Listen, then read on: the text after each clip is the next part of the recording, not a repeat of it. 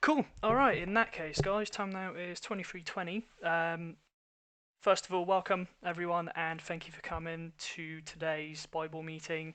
Like always, it's an absolute pleasure and an honour to be hosting for you guys and to be in your presence yet again this week.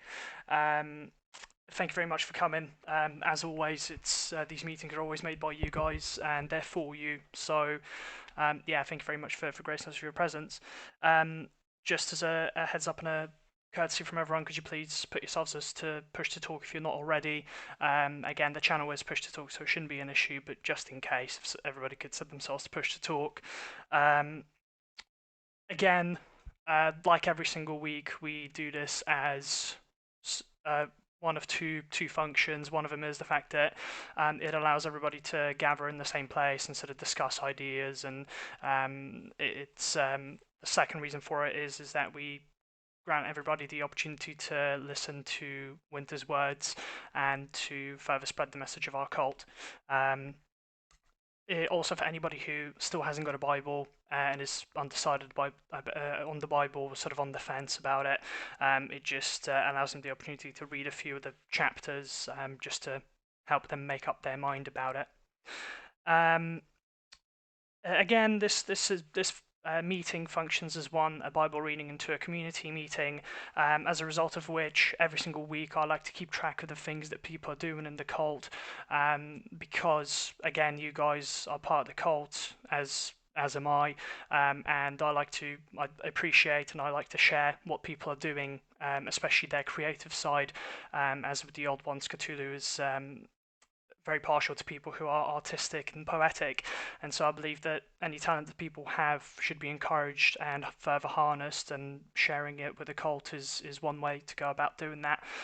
So first of all, I'd like to thank and congratulate Dude Man for his landscape images, Jamie for his pictures, Futet for his drawings, John Lawrence, the Cascapades, multiple pieces of artwork, Noble's gold icon.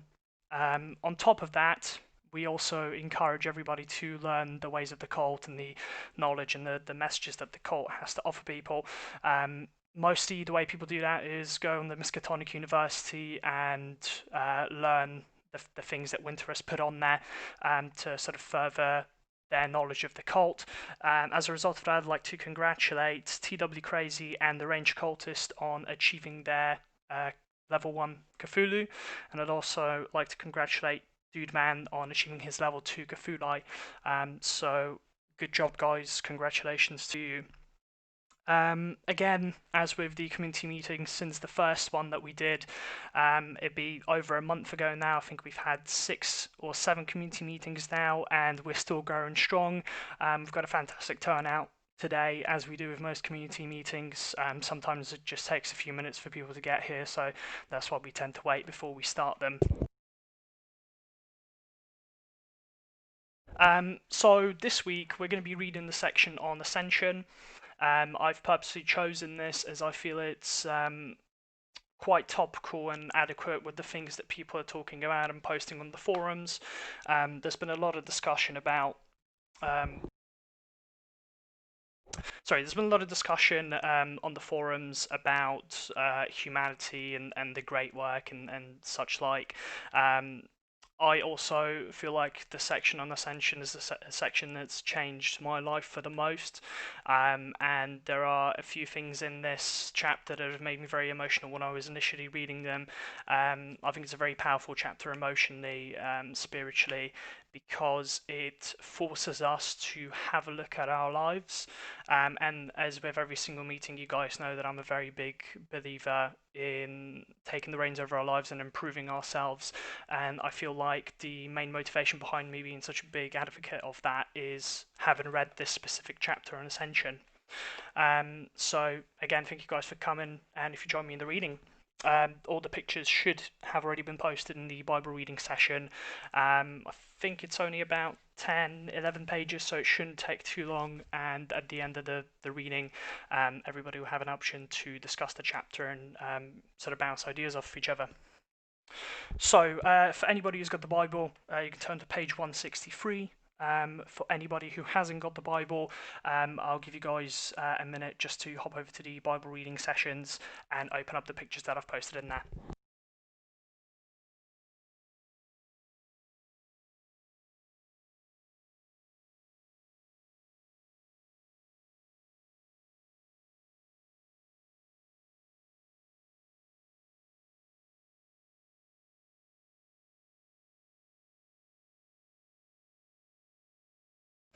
Alright, let's begin. Page 163, Ascension. Life has no significance to Cthulhu and his cosmos. Likewise, there is no evidence of an afterlife, no great beyond. For the unawoken, there is only slavery and death. This is why we strive to ascend.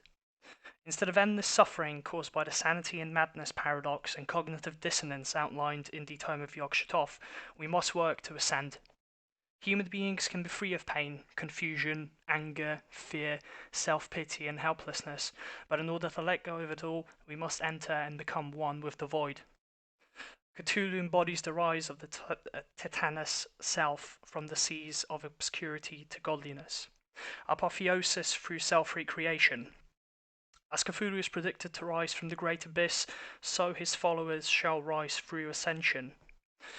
Once the call has been heard and heeded, the goal of every follower of the cult's teachings is to attain ascension. Ascension is the acquirement of perfection of the psyche, ilioig, vital principle, ore, and the organic composition, ethnic. Ascension is a symbolic pyramid where each lower point represents each of the fundamental building blocks of who we are, the mind, the body, and the spirit. The skyward tip is our momentum to the starry skies and ascension itself. And like a pyramid, each point relies on the other two. Without one, the rest will crumble. The pyramid of ascension is comprised of 3 sections. The first, loig, or psyche. Ascension begins with the brain, a universe in itself. Its synapses, anywhere between 100 trillion and 1,000 trillion, outnumber our estimated 200 billion galaxies. Its connections are intricate, firing signals at speeds of 431 kilometers, 268 miles per hour. It's a magnificent construct of billions of years of evolution, and it has granted us, the human race, the kingship of this planet. Yet it only weighs approximately 1.5 kilograms. Your mind is your personal garden, your nirvana, and it must be watered in order to thrive. If you truly wish to ascend in order to become the perfect version of you, to become a better person, friend, brother, sister, son, daughter, father or mother, then your mind is your first port of call. After all you are, with your hopes and dreams, your good qualities and your flaws, your quirks and characteristics, all your experiences and memories, is a brain connected to a nervous system inside a suit of flesh. This is you. On page 165 you will find a sketch in cacography of the human nervous system, and the picture on page 165 is myself, you, and every single human being that has ever existed. This image represents every single person that has ever lived. That creature, in essence, is the human race. The rest of your body is simply an organic spacesuit worn by this creature in order to live on this particular rock revolving around one particular star. Mentally, add this image to the grand old painting of existence. The idea of ascension is to hone this brain and nervous system. Remember, there are no stupid cultists. The knowledge bestowed by Azathoth, the blind idiot god, and Yog-Sothoth, the key and the gate, form the basis of a sound foundation of a well-watered mind. The rest is your job. Do not let yourself become a vegetable, simply trudging through life until death. Educate yourself on the things that you deem important. Become knowledgeable on current events and the fundamentals of life. Allow yourself to be a person that can contribute to any conversation and always be open to learning more. A useful image to conjure here is that of fractal geometry. No matter how small each thing is, we know that within it contains everything you see in the larger picture. Remind yourself of the grand old painting of existence discussed in the Tome of Yog-Sothoth. See the entirety of human history and understand it. In this age of easily accessible information, the fault of ignorance and stupidity lies only with you.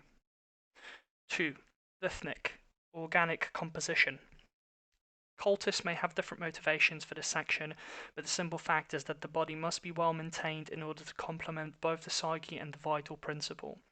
Health that is too poor affects both other sides of the pyramid a great deal. As ever, Cthulhu does not concern himself with the vices of man. On the contrary, much of it is encouraged. There is no restriction on the usage of drugs, intoxicants, or smoking, as well as simple pleasures in life, like the consummation of food deemed unhealthy. Cthulhu represents wildness and does not restrict, he simply guides. Each cultist must choose his own path and walk it. As mentioned before, it is the cultist's responsibility to hone his or her mind and to be knowledgeable on all things, and so by extension, ignorance of any vice is no excuse or reason to do or not to do it. Indeed, the cult recognizes the beneficial nature of some mind-altering drugs when used wisely and in moderation. This will be explored in depth in the Black Book of Nyarlathotep. Educated decisions made by consenting adults, on the other hand, are their right of life and may be enjoyed as seen fit. So should the cultist decide to be a smoker, drinker, or purveyor of any other pleasure, this is entirely up to the cultist. The body must simply be maintained to the degree where it allows the mind to flourish and the spirits to soar. Ignorance and stupidity, however, are not tolerated. The smoker that struggles to walk a flight of stairs is deluding only himself. The drinker that shakes and withdraws after only one day of not drinking deceives only himself. The cultist does not deal in self-deception. Moderation and intelligence in all things is key when it comes to this part of Ascension. The psyche must support the organic composition. Improvement should always be strived for. Being simply healthy should not be the primary concern. Being better is the goal. If you are not in some way better than you were yesterday, then you must realign your center and adjust your vibration back to the void. This does not necessarily mean one must look a certain way, one must simply feel and be a certain way. Happiness always abounds with no physical contentedness and well-being. There are no qualms to be had with only using one's body as a status symbol, if this aligns with your view on perfection. It indicates hard work. No money can buy perfect physique. You cannot borrow it, you cannot inherit it, and you cannot steal it. It is not something that remains without steadfast dedication, and thus it demonstrates discipline. A discipline that works as a strengthener to the other foundations of the pyramid, the psyche and the vital principles. It shows self-respect. It shows forbearance, work ethic, and passion. Should the cultists choose to physically redesign themselves as a god or goddess, the old ones will aid them in this journey. 3. Orre, or the vital principle. Knowing oneself intimately and therefore mastering the orre is perhaps the hardest thing to understand and describe. Of the 3 foundations of the Pyramid of Ascension, so it will be kept brief. Since his inception, man has believed not only in a higher consciousness, but in an integral inner consciousness that transcends the physical form, a spirit or a soul. Of course, science has thus far never shown any indication of such a thing, and ultimately, every experience, emotion, and circumstance within one's mind can be aptly described and explained with our scientific understanding of the chemicals and interactions within our bodies and brain. This, however, is not to say that the potential for such a thing does not exist. Whether you believe in a soul or not, there is no denying that at least perceived personal consciousness exists, and it is this that the cult calls the vital principle. We are not dealing with an ethereal version of you that stands up from your dead body and ascends to heaven or gets dragged to hell when you die, but of an inner you during life that is deeply personal and profoundly private. It is a you that you can never describe even if you tried. There are grottos of Japanese cultists that have a belief that each person lives their life wearing three masks: one that you wear for strangers and acquaintances, one for your family, friends, and loved ones, and that one that is kept secret, never to be revealed to anyone. This is the truest representation of you that exists, the real you. This is the vital principle of the cult of Cthulhu, and it must be honed both for your own peace of mind and to adequately support the pyramid of ascension. If the inner you is not if the inner you is not content, then the pyramid collapses and you as an organism suffer. The inner wolf that you feel is the inner wolf that survives. Perhaps poetically, most cultists' vital principles are in shambles before they join the cult. Reassuringly, it is with the practices and understanding of the old ones that the vital principle grows and flourishes naturally. Simply by reading this book, and especially by performing the rites and rituals within the term of Shub-Niggurath, your vital principle will apophosize and become stronger than ever, a great old one in its own right. In summation, all ascension begins with admitting to yourself your desire for perfection. Right path religions has expertly hammered this desire out of most people from an early age in order to benefit its own ends, and it is a perfectly natural and admirable human instinct to desire attainment of alpha status, to imagine and desire oneself as the most perfect version of oneself possible, and if strong enough, to seek out the means to that end. Ascension is the means. Power, self-creation, self-perfection, intensification of will and purpose. This is all gained through ascension. It is important to note the difference here from other left path belief systems structured around the ideals of power, such as Satanism. In the cult of Cthulhu, this avenue for power is simply one path that the cultist can choose to take, his or her practice that does not rely on it. It is by no means a central pillar of our belief system, and in fact many cultists choose to walk the path of the humble. The cosmos and the old ones are, after all, the alpha and the omega. Power is not the goal. Self-perfection of one's own criteria is the goal. Ascension's perfect vision should not be pretentious or superficial. The importance cannot be overstated that it is about eventually finding acceptance and pride in oneself. It is about being happy with who you are in order to be happy with the world and, by extension, life itself. This is essential. It is essential to be mindful of this.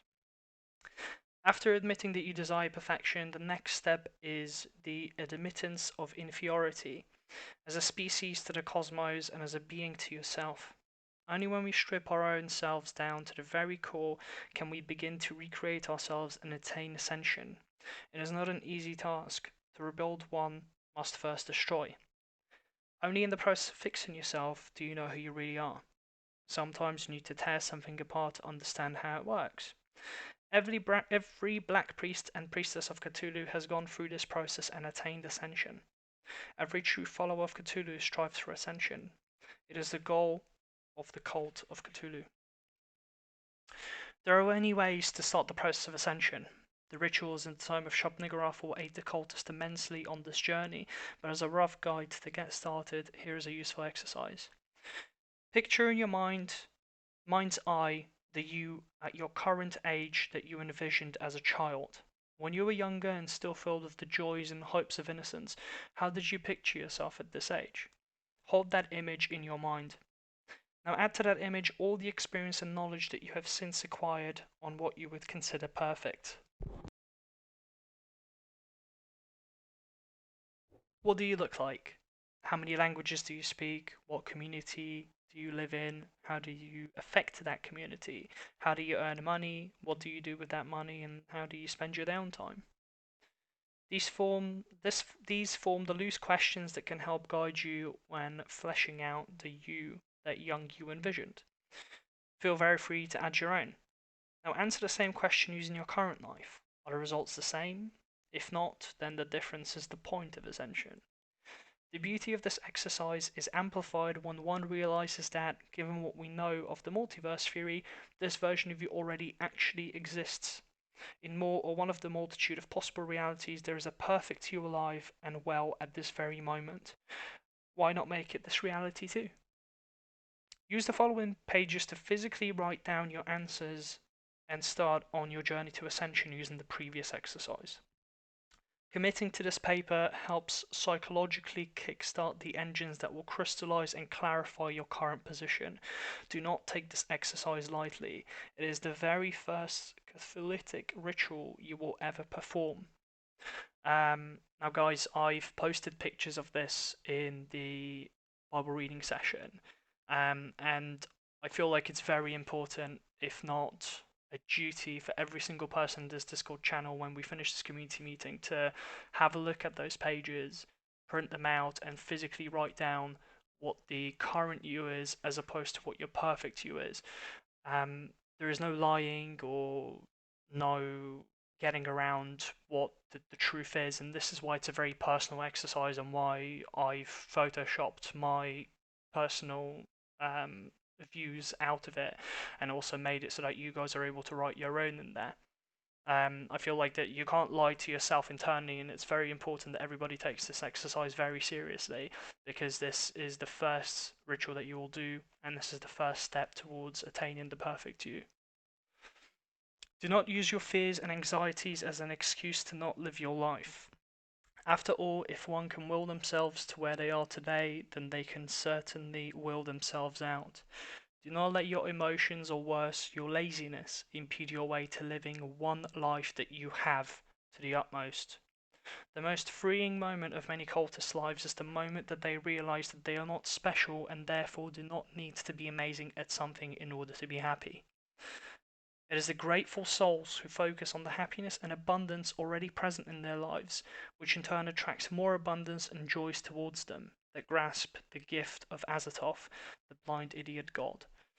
And the time of Yog-Sothoth has hinted at previously, reality is a projection of one's thoughts and the things that one habitually thinks about, also known as manifestation. Therefore, any kind of success is only reachable when one actually starts to reach. Remember the truth of Yog-Sothoth. You have but one chance in the light. Why waste it by being anything less than what your past self hoped for? Why would you not fulfill the aspirations that the dreamy, starry-eyed child you had for you? It is more than achievable to do so. It is no matter if some days seem dreary or hopeless. There will be days where your coffee tastes like liquid magic, where your playlist makes you dance, where strangers make you smile and the night sky touches your soul. Ascension will allow you to fall in love with being alive once again. Once you have finished the Bible, you will be equipped with the means of taking reality under your control. Every cultist ascended has mastered this gift. The old ones and their cult can be your guide. You need simply answer the call and unify your pyramid of ascension. Now, guys, thank you for listening to me speaking. I'm sure that you can see why this section in particular was the one that's touched me the most and has changed my life. I think when I initially read that chapter and I looked at, truly reflected on what my current self was when I began the journey to what my current self was as opposed to what I wanted my perfect self to be, I was moved physically. I cried because I wasn't what I wanted to be. I wasn't what I could have been. My life was impeded by laziness. I was consumed for the most part by playing games all the time, and the fact that I was playing games stopped me from wanting to go out with my friends and socialize. There are many things that I was depressed about, and after reading the Bible and taking this practice fully and properly, I was able to start making changes to my life, positive changes to my life.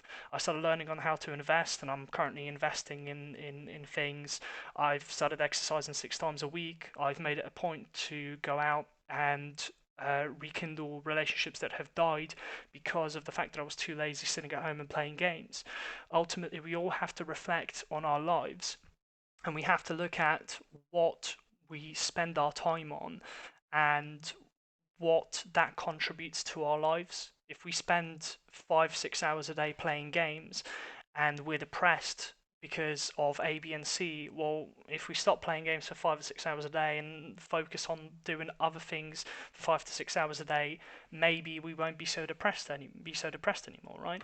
Most depression doesn't stem from organic depression. It's societal depression. It's we're depressed because our lives are shit because of the choices that we make. And again, guys, I'm a massive advocate in taking the reins off your life because there's nobody else that's going to help you but you. You cannot help a person that doesn't want to help themselves, and those are words to follow within and to take into your own life. Ultimately, guys, there's no one that can change your life but you, and like I keep saying, there is no better time to start than today. And on that note, I open the floor up to you guys to come join me in what your thoughts on this section were. I personally just love this part of the Bible too. This is one of the ones that really did hit me hard as well. Was going in and pointing at all the things that like you could be this, you could be this. Why aren't you this already? Yeah, and it just caused me to think like I should be working on this. Like you said, there's no better date to start on it than today, and it really hit me hard. Um, with the whole ascension and striving for it. And a lot of people lost um that drive for ascension to get better. They're stuck at being okay, but why not be good or great or perfect and continue on working hard in order to get what you want instead of just staying still, being depressed, and you know and just being crap all around when you could be doing something to fix it. When you start, it may be hard to start it, but once you start doing it, it becomes easier and you just feel good about doing it. That's And right. so that's what I learned from this particular session myself. Yeah, that's right. I couldn't have put it any better myself. I think a lot of people, especially in the society that we live in currently, have settled for mediocrity. It's very easy to lead a mediocre life and to live an okay life, and everything is okay. But ultimately, we have a very limited amount of time, and we need to invest that time wisely. Again, covering the sections that we have previously covered, the chances of us being here are just astronomical. You cannot physically fathom just how lucky you are to have won not only the genetic lottery but also societal and physical and all the other lotteries that have allowed you to exist where you currently are, to have been born in a country where you live, to the family that you were born of, and for your family to have the proper monetary assets for you to be able to afford a computer, and what the chances of you physically finding this gold on the internet are and joining and remaining here. The odds of this are astronomical, and we all need to embrace just how fortunate we are to be where we are. And I think we all owe it to ourselves to make our lives perfect.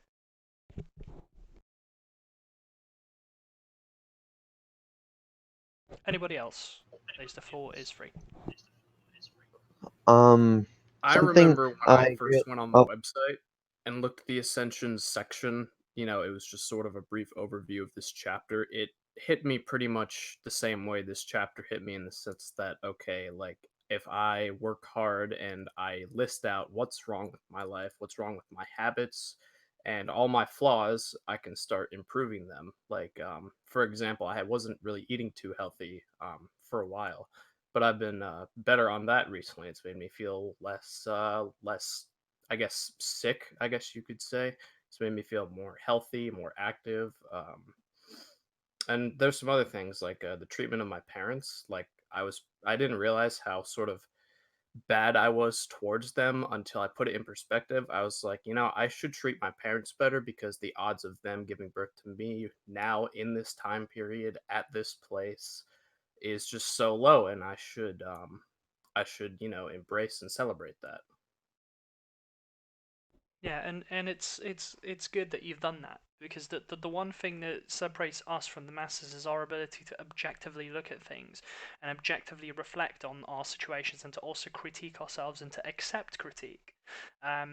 You owe it to yourself to reflect objectively and look at your life, to not be controlled by emotions but be controlled by facts and be controlled by objectivity. If you have perceived in your life that something is wrong, rather than doubling down on it, and saying, well, no, because this, and this, and justifying your shitty actions, you've taken control over your life and you've said, you know what I'm doing is shitty and I need to change it. And it's perfect that you've done that. And I think without even knowing it, you've embodied the cult's ethic perfectly. So congratulations on you for being able to do that, to objectively reflect on your life and to take action on what you thought is not right. But again, with what you said about making small improvements, right? Like even changes in your diet, that may seem like a small thing, but the point is that Ascension isn't a race. It's not a 100-meter sprint. It's a marathon.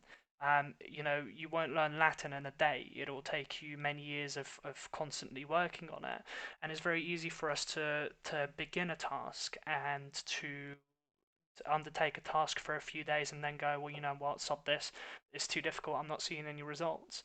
Well, the point is, you can try 1,000 things once and it's not gonna work. But if you double down on something and you triple down and you quadruple down on it and you keep doing the same thing, well, maybe that one task that you stick to once and you continue doing it for years and years and years, eventually you will perfect.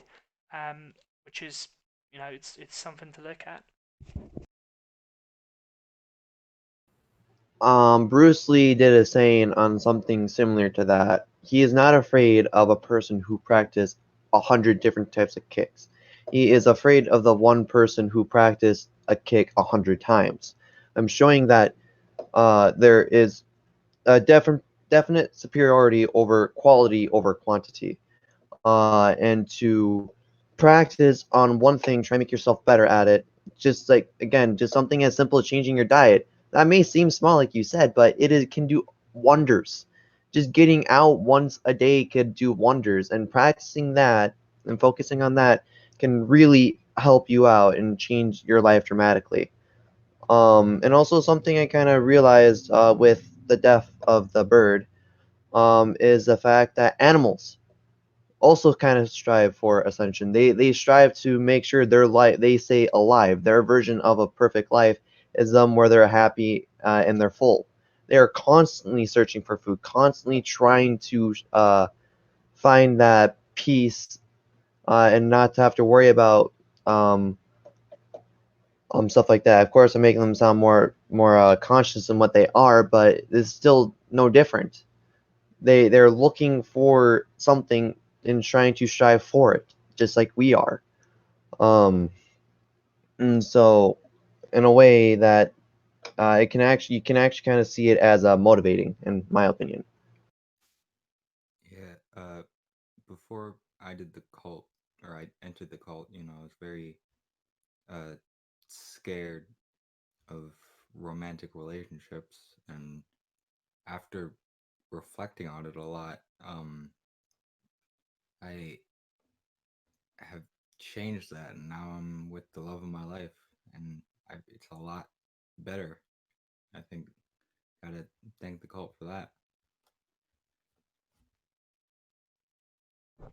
Yeah, it's good. You've made an improvement in your life, even if it was one improvement. You've made the biggest improvement of your life, because now you're with the love of your life, like you've said, right? And this is the whole point of Ascension. It's the point of, you look at objectively at your life, you pick out something that you're unhappy with, you change that, and it continues as a snowball effect. You've taken one decision, and that one decision has changed your life for the better. Well, okay, why does it have to stop at just one decision? Why can't you do two decisions? Or three decisions, or four, or five decisions, right? And of course, some it's all trial and error. We'll do something and it won't work, but that's not going to demotivate us, because we know that it works. Um, you know, we can do one thing, we can do another thing, we do three, four things, and all of them may work out. And again, it's all a snowball effect. We do one thing and it works, and we should continue to strive to do more things that work for us and improve our lives for the better.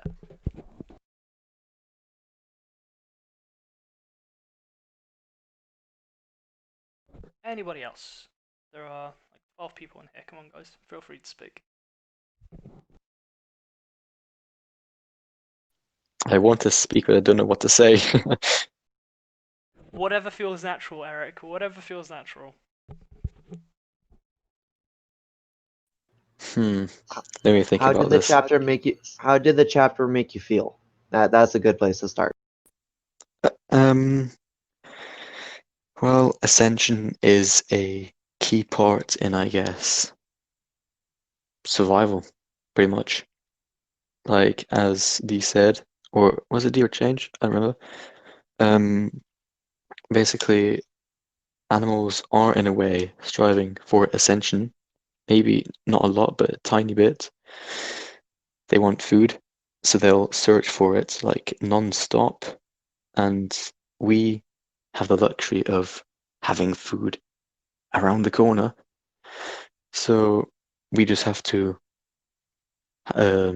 perfect ourselves in other areas. For example, as Dudeman, was it Dudeman? I believe so. As Dudeman said, maybe for example, get in love with your life, or if you're not satisfied with your physical shape, maybe work on that. Or for example, with me, I was always interested in skateboarding, but I never really had a huge interest in it until now. Like I'm nagging my parents all the time for a skateboard, like only a 17-euro skateboard, so I can just like practice my balance and stuff. Just so that if I do become, I guess, I could not say good, but if I do become better, then I can maybe have like a 100-euro skateboard, for example, and then maybe I don't know, that will be my, because that in and of itself is, I guess, um, a physical activity because you move around, you do stuff with your arms and legs and stuff, and you are outside a lot. So, and I have tried and I've stopped, but I want to carry on with, I guess, just in general training. Like, for example, physical training. Like, I want to start it again, but I just haven't really gotten to it yet, which I'm gonna do soon. And I hope that, and I'm happy to say that. Wait, I forgot what I wanted to say. Sorry, shit. Oh yeah, I'm happy to strive for ascension with you all, with all you. And we're all happy to strive for ascension with you, brother Eric. Um, again, what you've said, it fits perfectly into what we've been talking about. You know, you feel like you've had a want to try something. In this case, skateboarding, and that may seem trivial at first look, but ultimately, when you think about the things that come along with that, you know, skateboarding, you'll start skateboarding, you'll learn how to skateboard. That's a physical activity, and that works on your body. That's also a way of you getting a good feeling, which works on your brain. And if you're physically healthy and your brain is healthy, then your spirit is healthy. And again, with just one simple activity, you've hit all three parts of the pyramid of ascension. If you're looking at it in a bigger way, right? Well, okay, you'll get good at skateboarding. What's stopping you from going to a skateboarding park and making friends? And again, see, it's all a snowballing effect, right? It's the time that we should start thinking about things in a grander perspective, right? We think about a simple activity. Okay, well, we can do one simple activity, but what does that activity lead to, right? What's the snowballing effect of said activity? So I think it's important for us to also think about that. Anybody else? Yeah, I think I've got something here. So, one interesting thing I kind of got out of this, kind of seeing how it's a little different from other kind of self improvement philosophies, is of all, before you try to attain your perfect self, you've got to define your perfect self. And I really like that because it's like for me, I noticed something like I was always upset because I'm like, I don't have a lot of friends, right? But then I thought about it, and I started trying to hang out with more people, and I was like, you know what? I don't like hanging out with a lot of people. I like having a small group of friends. This is nice. So I kind of so instead of like trying to get more friends, I started becoming better friends with the few people that I had, and I enjoyed that a lot more. So I kind of like how it tells you, first of all, figure out what your perfect self is, then strive for it. I think that that's a very crucial step to ascension. Yeah. I think you've hit a very important nail on the head there with the fact that sometimes the experience that we want isn't necessarily the experience that we need. As in, you have identified in your life a single point that you wanted to improve on. You said that I wanted more friends. You have then decided to go and get more friends, and as a result of that experience, you've decided to backtrack and say, well, listen, what I've tried wasn't actually what I liked. I didn't like it. And rather than doubling down on it, you've decided to objectively take a look at your life and go, well, listen, this isn't what I want, so I'm going to go back and I'm going to improve on what initially I had that worked for me. And I think that that's very important. Again, you've taken a conscious effort to improve your life. You've uh, engaged in an experience which you found to not enjoy, and that was less than satisfactory with what you wanted to be for your perfect self, and then you've backtracked and you've doubled down on what was working for you, and that's very important. Again, the experience that we want isn't always necessarily the experience that we need, and I think it's important for us to think about that as well. Anybody else? Thank you for sharing. That little story there just is amazing story of self-discovery. I just want to say that I loved hearing it. So, and I'm proud of you, whatever that means to you. Thank you, I guess. Yeah, 100%. Well done. Again, the journey of self-discovery and the journey of ascension. Again, as I keep reinforcing this, it's not a race. It's not a 100-meter sprint. It's a marathon. Change doesn't come with a day. Change takes months and months and years and sometimes decades of us banging at it. Um, and sometimes along the way, we will realize that what we wanted isn't necessarily what we now enjoy, and we'll change our minds and we'll go to do something else that more fits our narrative as we move along the road. And again, as we develop, there's 12 people in this chat.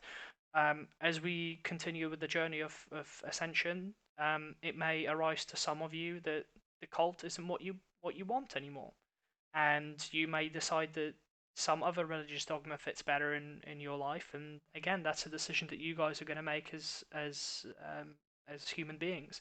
It's a decision that you're going to make as cultists. And again, like a modern Relian said, you know, sometimes we do something that we want and we change our mind later on down the line because it doesn't work for us anymore. But again, that's all for you guys to experience and decide with your lives. Anybody else?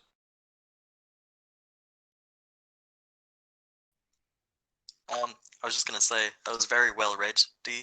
That was like, oof. At times it was just like my heart was just beating. There was one thing you said that I was just gonna point out, and it was just, I don't know, my chest just felt really heavy. It was just when you said, if you are not in some way better than you were yesterday, then you must realign your center and adjust your vibration back to the void. And that just hit me. Like, I don't know what about it. I think it's just the whole thing you said about this isn't a race, it's a marathon. Like, it's all about longevity, and it just, oof, it got me. I started to tear up a bit. Thank you, and trust me, you're not the only person who teared up during this reading of this chapter. As I said, I did. I cried the first time because I realised just how big the gap between the current me and the perfect me is. And I feel it's important for us to read the Bible and take from it what we need to take from it. Again, the journey that we want isn't necessarily the journey that we need, and we will always get the experience that we need. Every single person read this Bible and they'll get different things from it, but at the end of the day, the biggest sin that we have in this cult is remaining stagnant. You cannot remain stagnant, just as this chapter said, right? If you're not better today than you were yesterday, then you need to realign and think back. as to what you can improve. Of course, we can have a rest day off. It doesn't matter. It's not constantly a need for us to always be better and better. But ultimately, you need to be better than you were. That's the whole point of Ascension. Is we're always trying to attain the better thing that we had yesterday. We're always trying to attain a better version of ourselves, and that's important. The journey of life is important, and us improving ourselves, we all owe it to not only ourselves but the cult to be better than we were yesterday. Ultimately, we we strive for ascension because we want to contribute to our lives, but ultimately, when we contribute to our lives, we'll also be better tooled and better equipped to contribute to the cult. And that, I think that's important. I think we all owe it to ourselves and the cult to be better than we were yesterday.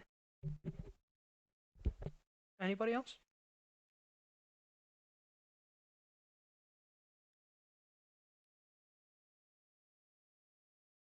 Alicia, Astora, Nobu, Toby, would anyone like to add anything? You don't have to speak, you can type it in the mic if you want, we can read it out for you guys and discuss it. I don't have anything. Cool, no worries, Nobu. Okay, no worries.